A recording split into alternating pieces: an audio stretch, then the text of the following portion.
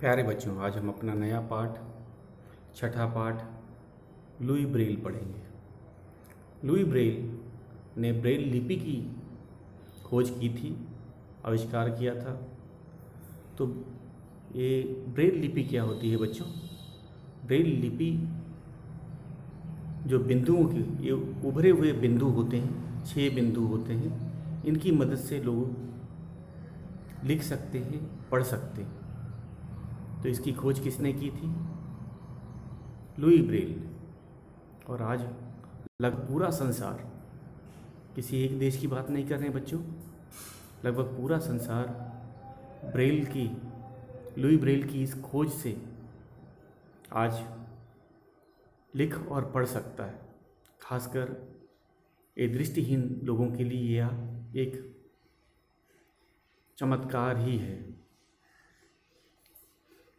तो आज हम लुई ब्रेल की जीवनी पढ़ेंगे तथा उन्होंने कैसे ब्रेल लिपि का निर्माण किया। और आज जैसे मैंने आपको कहा था, लगभग हर देश, हर दृष्टिहीन व्यक्ति ब्रेल लिपि से लिख सकता है, पढ़ सकता है। तो आज हम पढ़ते हैं अपना छठा पाठ लुई ब्रेल।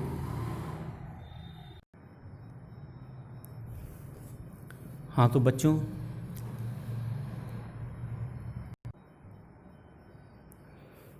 हमने जाना कि शारीरिक विकलांगता किसी के जीवन में बाधा नहीं बन सकती। हमने बहुत से विकलांग व्यक्तियों को देखा है, वे आत्मनिर्भर हो गए हैं और उन्होंने अपनी परिश्रम, लगन से अपनी जो शारीरिक चुनौती होती है उसका सामना किया है।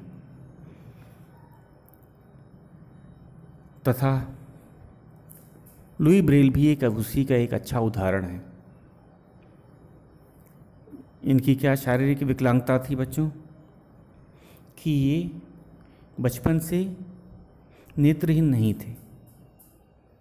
एक दुर्घटना में इनकी आंखें चली गई थी। और अधिकतर हम लोग कहते हैं जो नेत्रहीन व्यक्ति होता है, हम लोग सोचते हैं कि अब वह ज़िंदगी में कभी भी तरक्की नहीं कर पाएगा, क्योंकि उसको अपनी जीने के लिए ही दूसरों पर निर्भर रहेगा। दृष्टिहीन व्यक्ति क्या होता है, तो हमें लगता है कि अब तो वो क्या जिएगा, अब तो उसको गिरने का डर, चोट लगने का डर, कहीं बाहर नहीं जा सकता, लिखने पढ़ने का भी काम नहीं कर सकता, अब तो वो दूसरों पे आश्रित रहेगा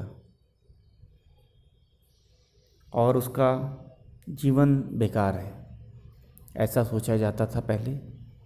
लेकिन शारीरिक विकलांगता के कारण भी आजकल लोग अच्छे अच्छे पदों पे चले जाते हैं।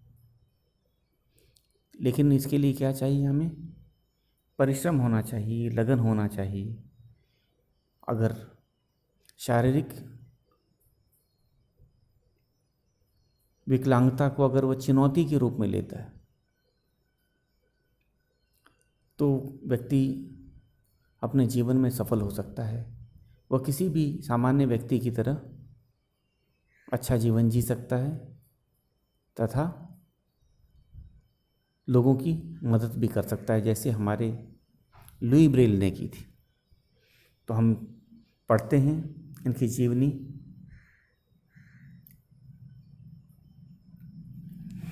फ्रांस के पेरिस शहर से 25 मील दूर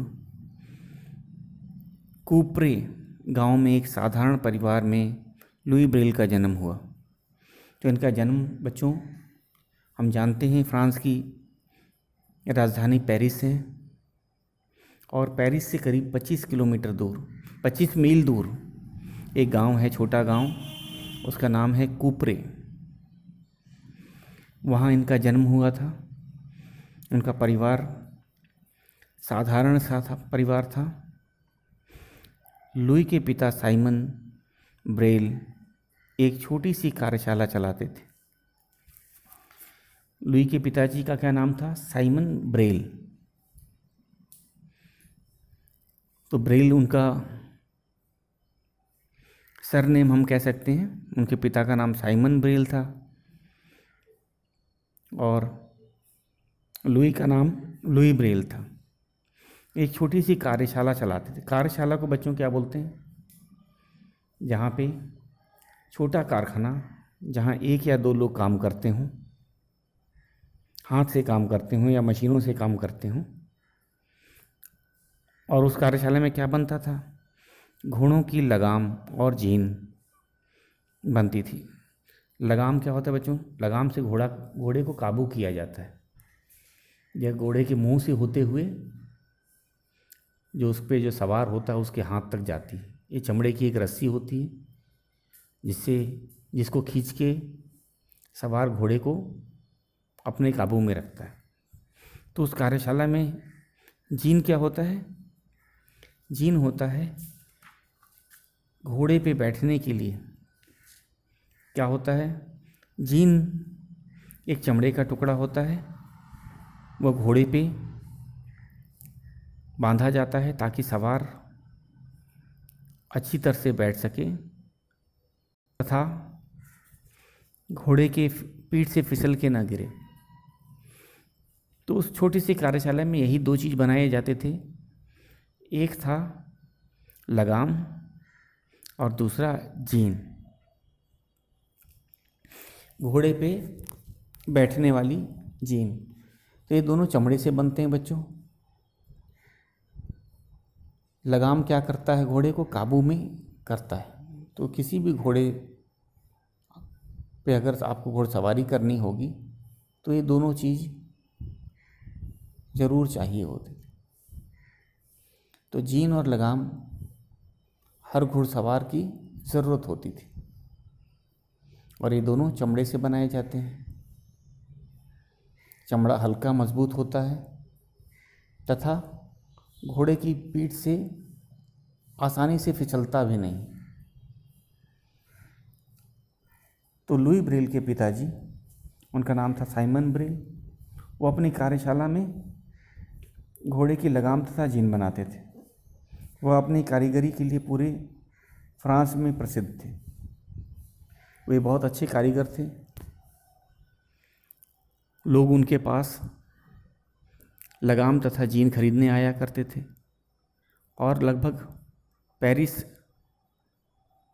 तो राजधानी है, लगभग पूरे फ्रांस में वे अपनी कारीगरी के लिए, अपने अच्छे लगाम के लिए और जीन के लिए पूरे फ्रांस में प्रसिद्ध थे। लुई अपने 4 भाई बहनों में सबसे छोटा और सबसे प्यारा था। तो परिवार में कौन कौन सदस्य थे? लुई के 4 भाई बहन थे और वे उन सब में छोटा था और प्यारा। जैसे कि हम जानते ही हैं, जो घर का सबसे छोटा सदस्य होता है वो सबको प्यारा होता है। 3 वर्ष का अबोध लुई एक दिन इधर उधर मटर गश्ती करता घूम रहा था। तो जब वह 3 वर्ष का था तो वह इधर उधर घूमा कर रहा था। कहाँ पे चला गया था? अपने पिताजी की कार्यशाला में। शायद घर और कार्यशाला दोनों साथ ही साथ थे और छोटी सी कार्यशाला थी। हो सकता है घर का एक कमरा कार्यशाला के तौर पे रखा गया हो जहाँ पे लगाम और जीन बनाए जाते होंगे। और जब 3 वर्ष में, अबोध का मतलब होता है अबोध लुई, अबोध मतलब जिसको ज्ञान ना हो। 3 साल का बच्चा, 2 साल का बच्चा अबोध होता है। उसको नहीं पता होता है कि कहाँ जाना चाहिए, कहाँ खतरा है। तो वो भी 3 वर्ष की अवस्था में एक बार वह मटर गश्ती घूमते हुए, बच्चे बिना काम के इधर उधर घूमते हैं और शायद घूमते घूमते वह अपने पिता की कार्यशाला में ही चला गया। घर के सभी लोग काम में व्यस्त थे, किसी का भी ध्यान लुई की तरफ नहीं गया। सब अपने अपने काम में लगे थे। लुई ने शायद कार्यशाला का दरवाज़ा खुला देखा, वहाँ चला गया। लुई घूमता घूमता पिता की कार्यशाला चला गया। कार्यशाला में चमड़ा काटने और उसमें छेद करने वाले कई औजार रखे थे। तो हम जानते हैं जीन चमड़े से बनते हैं, तो चमड़े को काटने के लिए बड़े तेज़ तेज़ हथियारों की ज़रूरत होती है, क्योंकि चमड़ा बहुत मजबूत होता है। और चमड़े में छेद करने के लिए भी नुकीली नुकीली औजार होते हैं।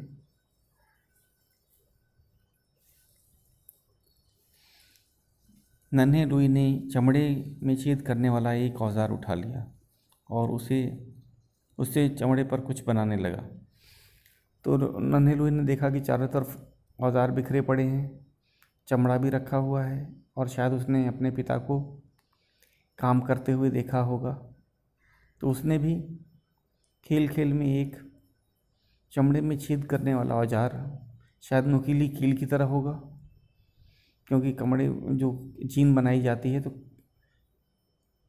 चमड़े के जो जीन होती है उसको बनाते समय उसमें बहुत जगह छेद करने पड़ते हैं, तो नुकीले कील जैसे भी हथियार वहाँ पे रखे रहते हैं, औजार रखे रहते हैं।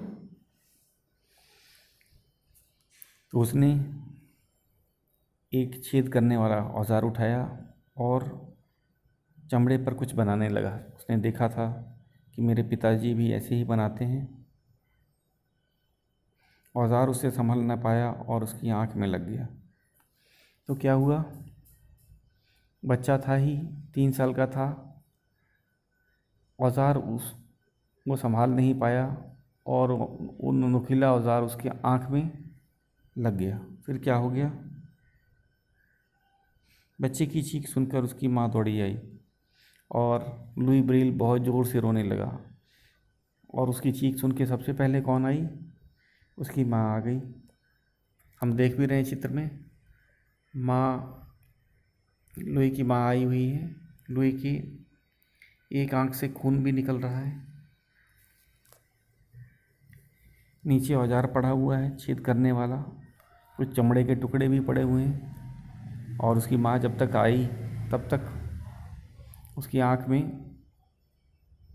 चमड़ा छेद करने वाला औजार लग गया था, आँख में घाव हो गया था। फिर क्या हुआ बच्चों, माँ ने क्या देखा कि आँख में घाव हो गया था, चोट लग गई थी। वो नुकीला हथियार जो था, औजार था, शायद उनके आँख में चला गया था। माँ ने आँख धोकर दवा डालकर पट्टी बांध दी, किंतु लुई की आँख में इन्फेक्शन हो गया और वह दूसरी आँख में भी फैल गया। तो उस समय बच्चों दवाइयाँ नहीं होती थी, एंटीबायोटिक दवाइयाँ नहीं होती थी, और बहुत से लोग इन्फेक्शन से ही मर जाया करते थे। तो माँ ने क्या किया, उसके आँख में दवा लगाई, जो उस समय दवा उपलब्ध होती होगी, और उसको पट्टी से भी बांध दिया ताकि उसकी आँख ठीक हो जाए। लेकिन ऐसा नहीं हुआ, उसकी आँख में इन्फेक्शन हो गया और ये इन्फेक्शन एक आँख से दूसरे आँख में भी चला गया। और धीरे धीरे लुई की आँखों की रोशनी चली गई। उसके माता पिता उसे लेकर पेरिस गए। नेत्र विशेषज्ञों से सलाह की, पर काफ़ी देर हो चुकी थी, वे निराश लौट आए। तो हमने देखा कि जो इन्फेक्शन कहाँ पे हो गया था, एक आँख से दूसरी आँख में भी चला गया था, और धीरे धीरे लुई ब्रेल को दिखना भी बंद हो गया। क्यों दिखना बंद हो गया, क्योंकि इन्फेक्शन हो गया था। चोट तो बच्चों एक ही आँख पे लगी थी, लेकिन उस समय दवाइयाँ नहीं होती थी, एंटीबायोटिक बहुत बाद में बनी है। तो इस कारण उसकी दूसरी आँख भी खराब हो गई, उसकी भी रोशनी चली गई। और फिर माता पिता बहुत परेशान हुए। वे फ्रांस की राजधानी पेरिस गए, जो कि वहाँ से मात्र उनके घर से करीब 25 मील की दूरी पर था। और उन्होंने बहुत सारे नेत्र विशेषज्ञ क्या होते हैं, जो नेत्र के डॉक्टर होते हैं, नेत्र के डॉक्टर कौन होते हैं? आई स्पेशलिस्ट हम लोग बोलते हैं। वे अलग अलग नेत्र विशेषज्ञों के पास गए, उनसे सलाह लिया, लेकिन इन्फेक्शन के कारण अब लुई ब्रेल की आंखें वापस नहीं आ सकती थी। उनकी दोनों आंखें खराब हो चुकी थी और फिर वे निराश होकर लौट आए। कौन? लुई ब्रेल के माता पिता। उन्होंने बहुत नेत्र विशेषज्ञों को दिखाया कि शायद कोई इन्हें ठीक कर सके या इलाज कर सके, लेकिन सब ने कह दिया कि अब तो बहुत देर हो चुकी है, इन्फेक्शन के कारण आँख की रोशनी जा चुकी है, अब ये बच्चा दोबारा कभी नहीं देख पाएगा। तो माता पिता काफ़ी निराश थे, क्योंकि वे अब बच्चे के लिए कुछ नहीं कर सकते थे। फिर वे वापस अपने गांव कुपरे आ गए। नन्हा लुई इस दुर्घटना के बाद गंभीर हो गया। क्या इसका अर्थ है बच्चों?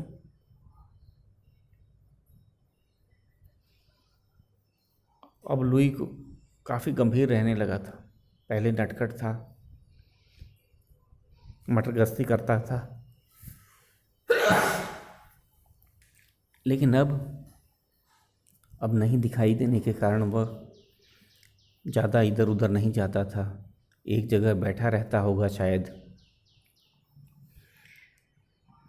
तो इसीलिए वह पहले की तुलना में गंभीर हो गया था। उसकी चंचलता समाप्त हो गई।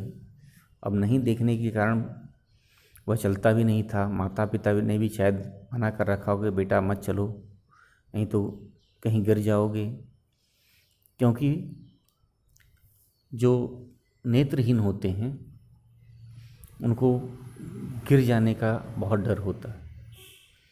वो गिर के घायल हो सकते हैं, तो वो कहीं खेलते कूदते नहीं हैं। जहाँ लुई के माता पिता उसको बिठा देते थे, वो वहीं बैठे रहते थे और उनकी चंचलता समाप्त हो गई। अब वे पहले जैसे शरारती नहीं रहे। लुई के माता पिता उसके भविष्य को लेकर चिंतित हो उठे, किंतु उन्होंने हिम्मत नहीं हारी। उन्हें अब लुई ब्रेल के भविष्य की चिंता सताने लगी। क्यों बच्चों? उनको लुई ब्रेल के भविष्य की क्यों चिंता सताने लगी? क्योंकि अब वे जानते थे कि बच्चा तो अब बोझ बन गया है, ये अपने कहीं कुछ कर नहीं सकता, इसको उठाने बिठाने के लिए भी किसी व्यक्ति की ज़रूरत पड़ती है। तो वे काफ़ी उसके भविष्य को लेकर चिंता कर रहे थे कि हम तो जब बूढ़े हो जाएंगे, हमारे बाद लुई ब्रेल की देखभाल कौन करेगा, उसकी कौन मदद करेगा। नेत्रहीन के लिए बच्चों एक व्यक्ति हमेशा चाहिए होता है, उसको सही रास्ता दिखाने के लिए। लेकिन उनके माता पिता ने हिम्मत नहीं हारी। उन्होंने क्या किया? वे नहीं चाहते थे कि लुई अपने कामों के लिए दूसरों पर आश्रित रहे। वे जान गए थे कि अब तो अपने काम वह नहीं कर पाएगा, क्योंकि नेत्रहीन व्यक्ति कुछ ज़्यादा नहीं कर सकता था उस समय। तो वे क्या करते थे? वे उसको कहते थे कि अपना काम स्वयं करना चाहिए। तो अपने जो दैनिक काम होते हैं, नहाना, ब्रश करना, तो ये सब करने के लिए उसको प्रेरित करते थे कि बेटा तुम अपने काम तो स्वयं करो, दूसरों पे निर्भर मत रहो। हो सकता है दूसरा व्यक्ति उस समय उपलब्ध ना हो, तो ऐसी आदत बनाओ कि आप अपने काम खुद कर लो। और उसके लिए प्रोत्साहित करते थे, प्रेरित करते। धीरे धीरे क्या हुआ? पिता ने उसे चमड़ा पॉलिश करना सिखाया। चमड़ा पॉलिश करते समय ज़्यादा औजारों की ज़रूरत नहीं होती, उस पर शायद रंगा जाता है, चमड़े को रंगा जाता है। तो ये पिताजी ने उसे सिखाया कि चमड़ा को पॉलिश कैसे किया जाता है, और वह सीखने लगा। लुई माँ के काम में भी उनकी मदद करता था और घर के काम में पिता कार्यशाला था। पिताजी ने उसको चमड़ा पॉलिश करना सिखा दिया था। वह ज़्यादा खतरनाक काम नहीं था, उसको आसानी से किया जा सकता था। घर में माँ ने उसे क्या काम सिखा दिया था कि वह माँ की भी मदद करता था। और 6-7 वर्ष की आयु में उसने वह छड़ी की सहायता से गांव में घूमने लगा। तो धीरे धीरे जैसे जैसे बड़ा होता गया, 6-7 में वह छड़ी की सहायता से पूरा गांव घूम लेता था। बच्चों, नेत्रहीन जो लोग होते हैं वो छड़ी के सहायता से बहुत सी चीज़ें पहचान जाते हैं कि यहाँ पे पेड़ होगा, यहाँ पे सड़क है, यहाँ पे गड्ढा है, यहाँ पे दीवार है, और वे मन में एक नक्शा जैसा बना लेते हैं। उनको पता चल जाता है। जैसे हम लोगों को भी अगर लाइट चली जाती है, हमें पता होता है कि दरवाज़ा इस कमरे में कहाँ है। तो ऐसे करके जो नेत्रहीन लोग होते हैं उन लोगों को भी पता चल जाता है कि इस गांव में कौन सा दरवाज़ा है, कौन सा उनके पड़ोसी का घर है, कहाँ सड़क है, कहाँ पेड़ है, कैसे जाना है, कैसे चलना है। तो 6-7 वर्ष की उम्र में वह अकेले ही गांव छड़ी की सहायता से वह गांव में घूमने लगा था। क्योंकि वह कब तक बैठेगा, धीरे धीरे छड़ी की मदद से, आपने देखा होगा जो नेत्रहीन होते हैं छड़ी की सहायता से आगे के रास्ते को महसूस करते हुए चलते जाते हैं। उन्हें पता चल जाता है सीढ़ी कहाँ है, दीवार कहाँ है, रास्ता कहाँ है, उनका घर कहाँ है। तो वे 5-6 साल तक की उम्र में, 6-7 वर्ष की उम्र में वे अपना गांव भी घूमने लगे थे छड़ी की सहायता से, बिना किसी और व्यक्ति की सहायता से।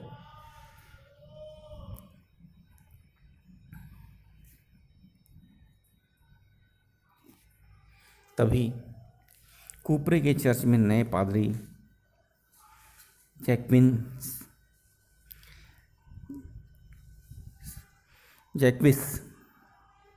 जैक्विस पेलुई आए। तो नए पादरी थे गांव में। जो था उनके गांव का क्या नाम था बच्चे? कूपरे। वहाँ जो चर्च था उसमें एक नए पादरी आए। पादरी कौन होते हैं? जो धार्मिक शिक्षा देते हैं, जो ईसाई धर्म की धार्मिक शिक्षा देते हैं चर्च में। और उनका नाम क्या था? जैक्विस पेलुई। उनकी नज़र लुई पर पड़ी और उन्होंने उसे अपना लिया। तो पादरी ने देखा कि ये एक छोटा सा लड़का है, 6-7 उम्र का, और नेत्रहीन है। ये छड़ी के सहायता से गाँवों में घूमता है, टहलता है। तो उन्होंने उसे अपना लिया। क्या अर्थ होता है कि उन्होंने उसको कुछ सिखाने के लिए अपना शिष्य बना लिया। लुई के जीवन में प्रकाश आ गया।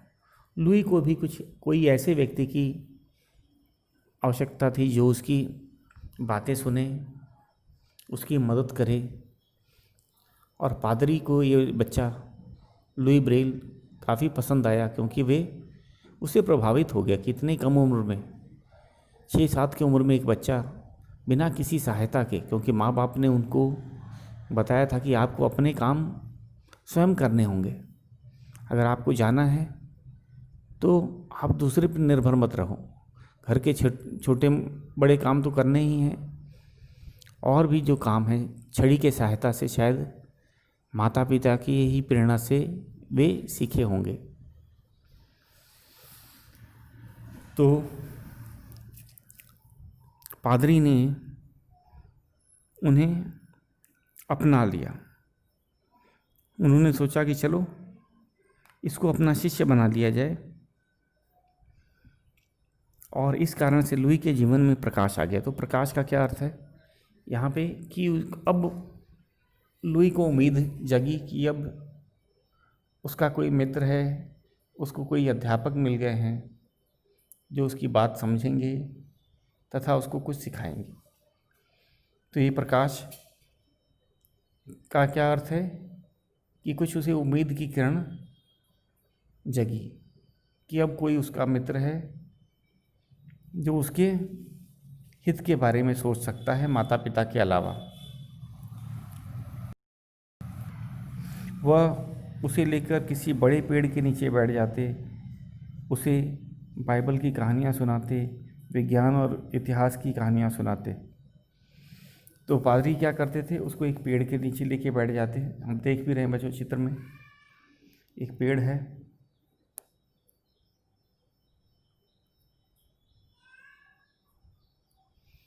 पेड़ है, और जो पादरी हैं लुई ब्रेल को तरह तरह की कहानियाँ सुनाते हैं।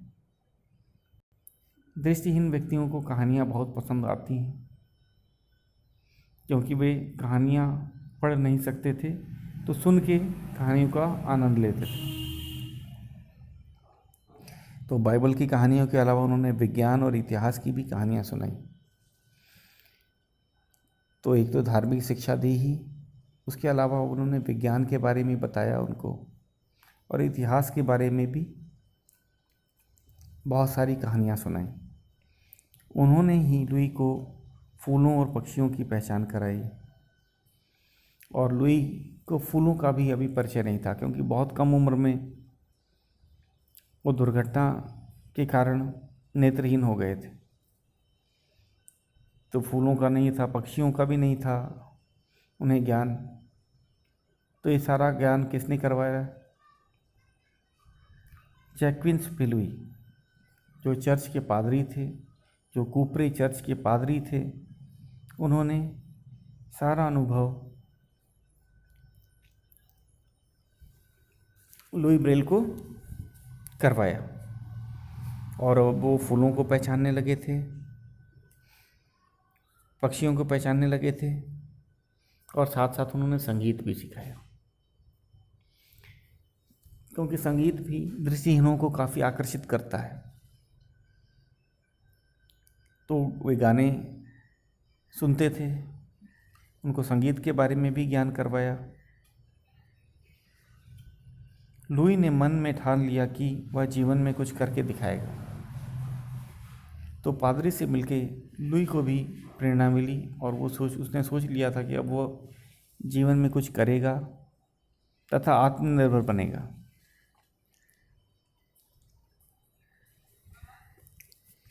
फिर आगे चलते हैं।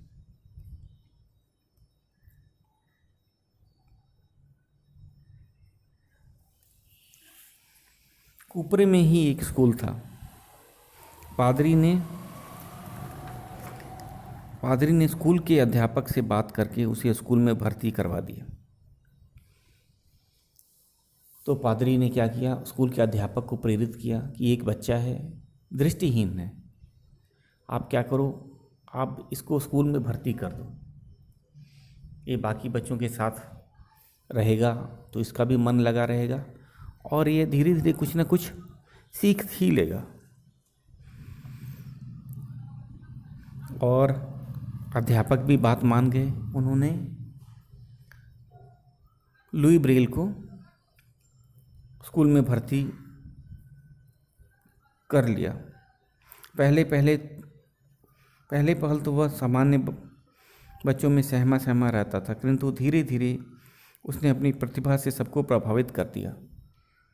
तो शुरू में वह डर के रहता था क्योंकि बाकी बच्चे उनसे अलग थे, लेकिन धीरे धीरे वह सबको प्रभावित करता गया।